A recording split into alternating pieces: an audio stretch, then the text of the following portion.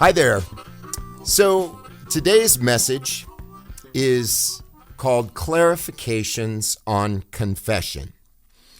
Now, a little under 5 years ago, I did a video that has actually gotten quite a few views for a theological video for a small-time guy like me.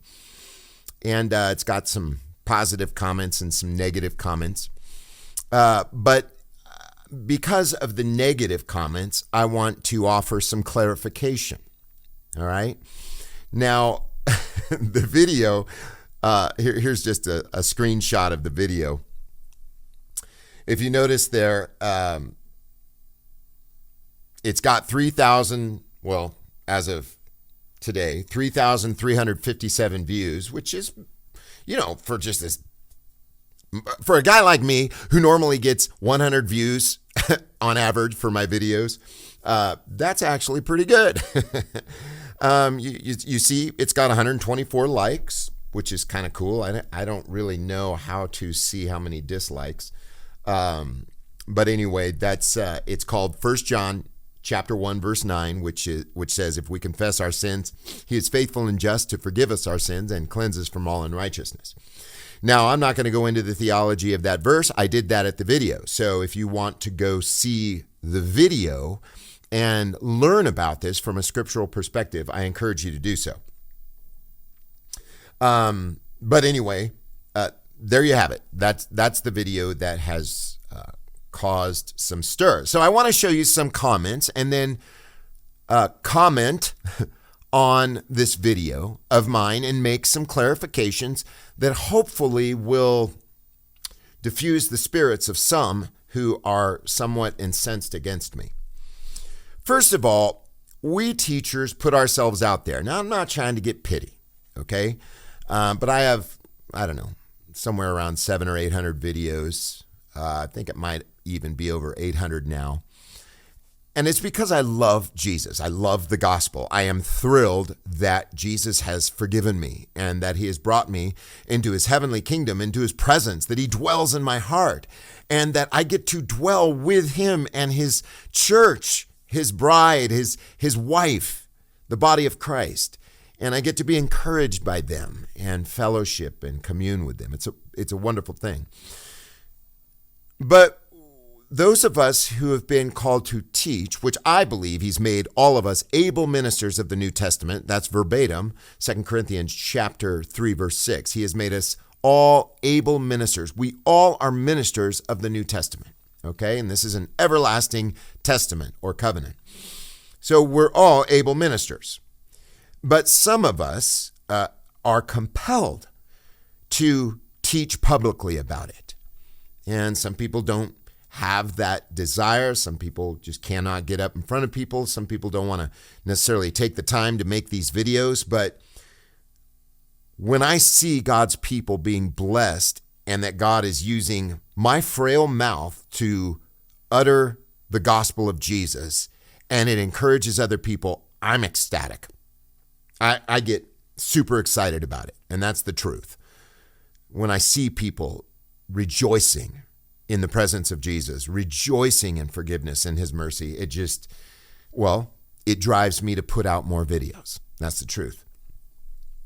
But we teachers who have been called to be more public about it, we put ourselves out there for scrutiny as well. And it doesn't always feel good, okay? So I want to share with you some comments. Here's one that very encouraging. Terry Blake, that was really good. This is in regard to this video on confession and forgiveness and so forth.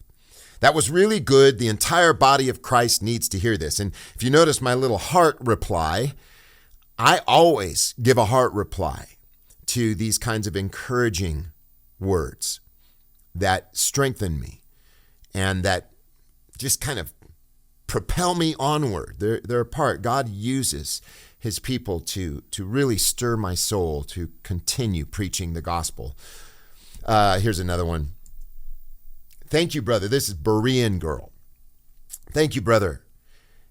You speak the real truth about 1 John 1:9. This passage has been twisted by the devil to mean something else and keep the freedom and rest we have in Christ from true believers. He has blinded the saved in Christ throughout history with this one and has become very successful at turning us against one another. Very profound right there.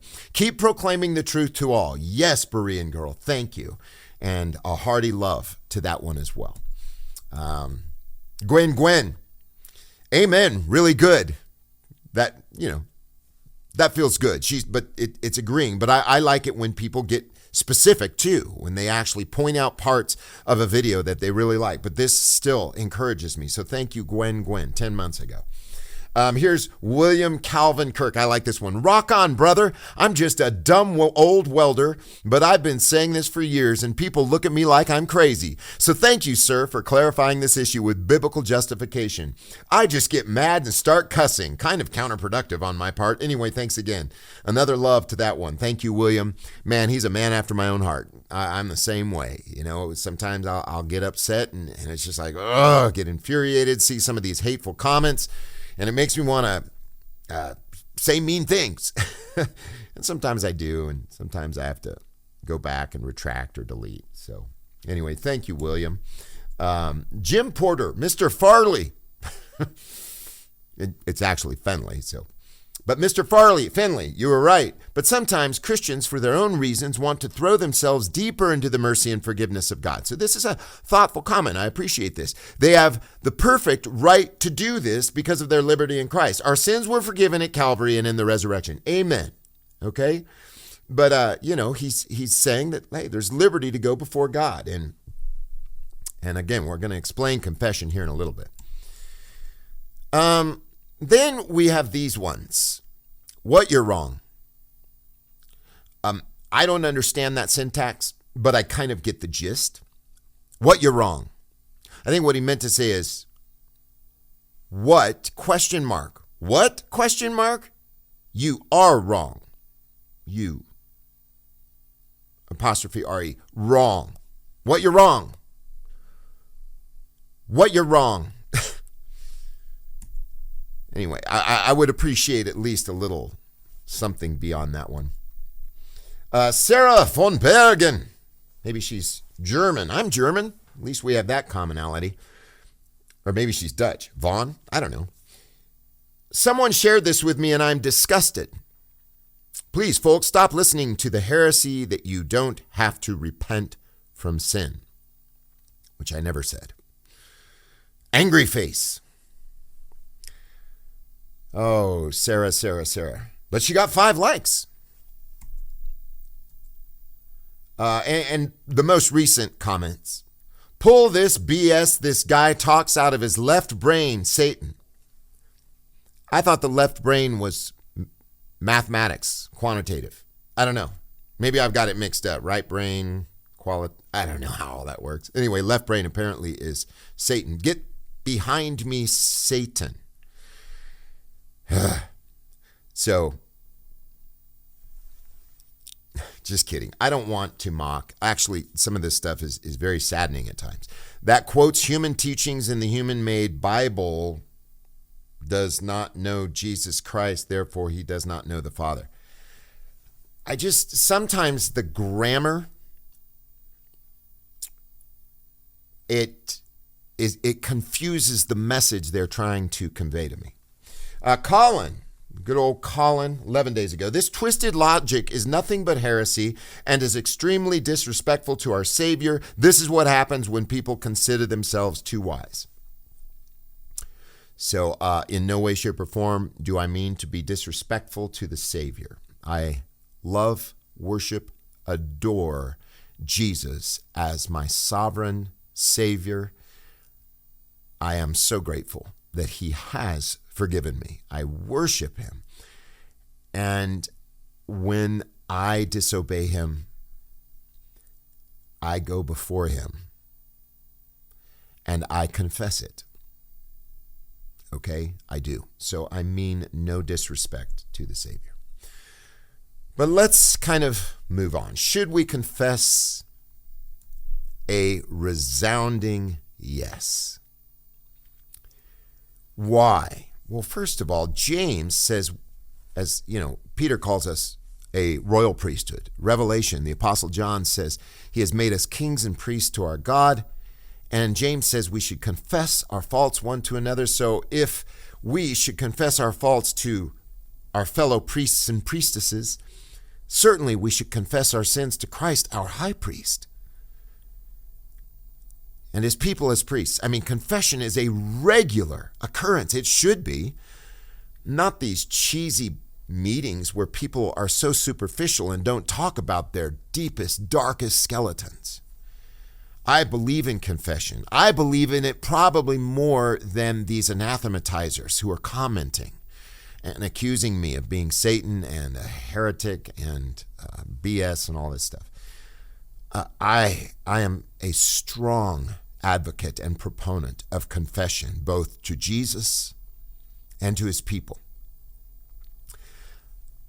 As you will see in my video, please go to that video. I'm simply saying, do not, as a believer in Jesus who's already been forgiven, you do not go to the Lord and confess for forgiveness. We go to the Lord as our counselor. He's our wonderful counselor. He's the Prince of Peace. We go before him, first in gratitude for his forgiveness, and second, because he is a merciful and faithful high priest who has been touched with the feelings of our infirmities and was in all points as we are, tempted and yet without sin. He understands. He's our counselor. He's our friend. He's our Father. He's our Savior. He's our Redeemer. He's compassionate, and he's gracious. So yes, an emphatic yes, we confess to him everything, not for forgiveness, but in gratitude and to have him bear our cares. Cast your cares on him because he cares for you. That's what Peter says. So yes, we should confess. Absolutely. Support. I never want you to support this ministry. First of all, if you are struggling financially, please do not. Please. Give according to what you have. Honestly. For those people who think I'm a heretic or a Satan, don't send in your money. Don't support. For those of you who are blessed, both by the teaching of NCMI Live and the gospel, and are encouraged, and you have the means, by all means, support us. Patreon.com/NCMI Live. And again, I in no way, shape, or form want to be disrespectful to the Savior. I love the Savior. He is my God. He is my Lord. He's forgiven me of all my trespasses and cast my sins into the depths of the sea, removed them as far as the east is from the west, and he has forgotten my sins and my iniquities. Micah 7, Psalm 103, Hebrews 8 and 10, respectively. But also, I want you to subscribe if you feel compelled. YouTube, NCMI Live. Just hit that subscribe button and you will get notifications of videos that I put out that proclaim Jesus, his majesty, his glory, and his finished work. That's all I want. That is all I want. My greatest desire in all these videos is that you would worship him and adore him and give him thanks for his finished work in delivering you from all of your sins, giving you eternal life, bringing you into the holiest of all, face to face with him, to enjoy him forever. That's all I want. That is it. And if you feel so compelled, give me a little encouraging comment. Because those comments, though I know some, try to make light of some of them, they're not encouraging. Those negative comments are not encouraging. It's discouraging, actually. And I do have a heart for those people.